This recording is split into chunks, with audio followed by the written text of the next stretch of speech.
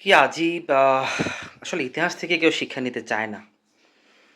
ইতিহাস যে বারংবার ফিরে আসে, আহ মজলুমরা যে সারা জীবন এবং কেয়ামত পর্যন্ত যে মজলুমরা টিকে থাকে, মজলুমদের ইতিহাস আ উজ্জ্বল, ঐতিহাসিক এবং সম্মানের পাতায় থাকে, সেটা বারবার জাতি ভুলে যায়। আসলে জাতি এমন একটা অবস্থা। আজকে সিলেটে জুলাই যোদ্ধাকে এনসিপি নেতার মারধরের অভিযোগ। কি বুঝলেন বিষয়টা? ১৯৭১ সাল মহান স্বাধীন মুক্তিযোদ্ধার পর আমরা যখন স্বাধীনতা অর্জন করেছি বাঙালি, সার্বভৌমত্ব এবং স্বাধীন ভূখণ্ড আমরা পেয়েছি। ১৯৭১ সালের ১৬ ডিসেম্বরের পরবর্তী সময়ে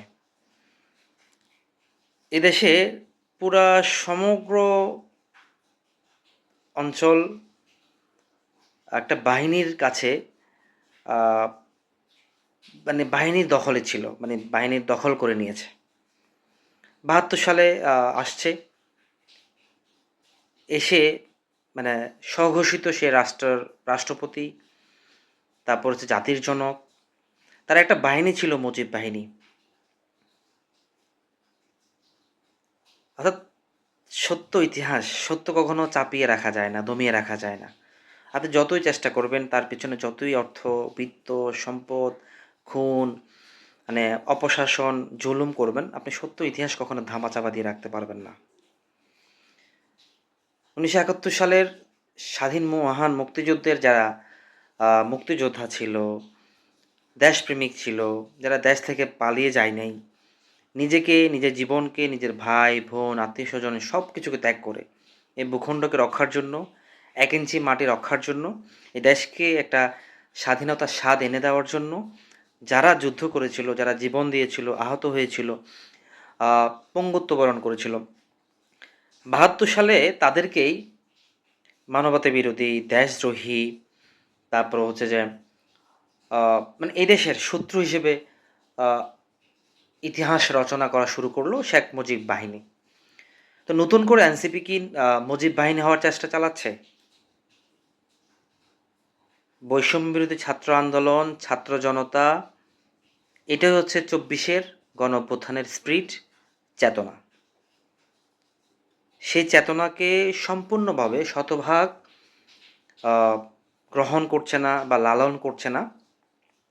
কেমন জানি ১ বছর যেতে না যেতেই আ এনসিপির মধ্যে কেমন জানি আওয়ামী লীগের একটা গন্ধ পাওয়া যাচ্ছে। আওয়ামী লীগের গন্ধ পাওয়া যাচ্ছে এটা কেন বললাম? কারণ হচ্ছে জুলাইয়ের বিপ্লবের বা জুলাই অভ্যুত্থানের টোটাল যে ম্যান্ডেট বা স্টেক হোল্ডার, সেটা শুধু এনসিপি যারা করে তারাই। এবং এনসিপি না করলে তারা জুলাই আন্দোলনের বিরোধী শক্তি। এই ধরনের একটা পরিবেশ তৈরি করার চেষ্টা করছে। যে চেষ্টাটা শেখ মুজিব চালিয়েছিল, ব্যর্থ হয়েছিল ৪ বছর বা ৩-৪ বছর পর। শেখ হাসিনা চালিয়েছিল, ১৫ বছর পর ব্যর্থ হয়েছে। এই ইতিহাস থেকে যদি আমরা শিক্ষা না নিই, রক্ষী বাহিনী, বাকশাল, একনায়কতন্ত্র, একদলীয় সরকার কত বছর খেয়েছিল, কত বছর স্থায়ী ছিল। সুতরাং মুজিব বাহিনীর মতো হওয়ার চেষ্টা করিয়েন না। জুলাই যোদ্ধাদেরকে কোনোভাবে কিঞ্চিৎ পরিমাণ যদি অপমান করেন, তাদের উপরে জুলুম, নির্যাতন চালান, আপনি যে দলেরই হন না কেন, আপনি ইতিহাসের আপনি ইতিহাসের পাতায় ইতিহাস আপনাকে গাদ্দার হিসেবে স্বীকৃতি দেবে। এটা মনে রাখবেন। তো আমি খুব রিসেন্টলি গত ১ সপ্তাহ যাবৎ দেখতে পাচ্ছি এনসিপির নেতাকর্মীরা একটা অংশ সাধারণ মানুষের চাহিদা, জুলাই সনদের মূল আকাঙ্ক্ষা, মূল প্রত্যাশা, কারেন্ট চলে গেছে। কিন্তু মানে রেকর্ডিং তো বন্ধ করা যাবে না। যে বিষয়টা বলার জন্য আসছি সেটা বলেই শেষ করব।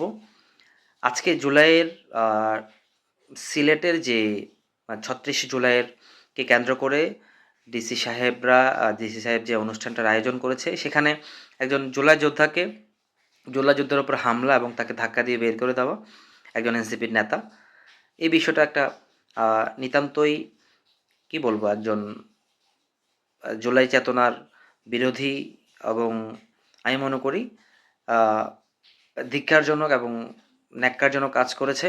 তো এই ন্যাক্কারজনক কাজগুলো যদি যত দ্রুত এনসিপি অথবা জুলাইয়ের পক্ষের দলগুলো বুঝতে না পারে যে এই জুলাই অভ্যুত্থান এবং জুলাই বিপ্লবের যে অর্জন, সে অর্জনটা আপামর জনতার, জনতার শিক্ষিত থেকে শুরু করে আমাদের স্কুল কলেজের ছাত্ররা, ইউনিভার্সিটির ছাত্ররা, সরকারি বেসরকারি, সাংবাদিক, তারপর হচ্ছে যে আপনার অ্যাডভোকেট, প্রত্যেকটা শ্রেণী পেশার মানুষ এখানে এই স্টেক হোল্ডার, জুলাইয়ের চেতনার পক্ষের লোক। এবং এটার কি বলবো, এটার পক্ষের এবং এটার অবদান আমাদের একজন রিক্সা ড্রাইভার ভাই, একজন কৃষক শ্রমিক ভাই, তারপরে হচ্ছে যে এটার মধ্যে অংশগ্রহণ করেছিল গার্মেন্টস কর্মীরা, সকল শ্রেণী পেশার মানুষের এখানে স্টেক ছিল, তারা সকলে স্টেক হোল্ডার।